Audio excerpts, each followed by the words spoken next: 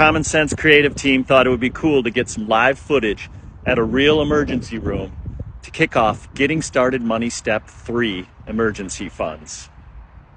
Now that I'm here, I'm realizing that's probably not a great idea. It is, however, a great reminder that pretty much every good financial plan needs to include an emergency fund. What's an emergency fund?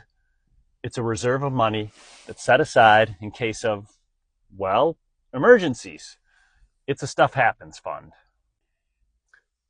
A medical emergency is one example, but frankly, it's any shock to your budgeted day-to-day finances that is large enough to knock you for a loop. That could be on the expense side, like a big car repair, or on the income side, where I think the big worry is unexpectedly losing your job and making do without your wages for a few months. Now, you can't predict the future, but you want to be prepared and tuck away some safety net money in an account that is accessible and not tied to the short-term ups and downs of the market.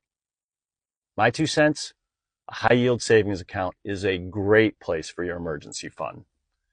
It's segregated from your checking account, earns a higher interest rate, but is easily sucked back in if you need it. How much, you ask? The amount of money to stow in your emergency fund is typically expressed in months of spending, and that can vary a lot by individual or family.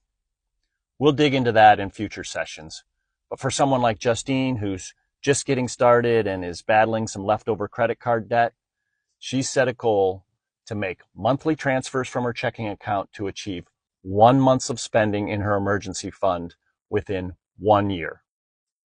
How about you? What are the shocks to your day-to-day cash flow that you worry about?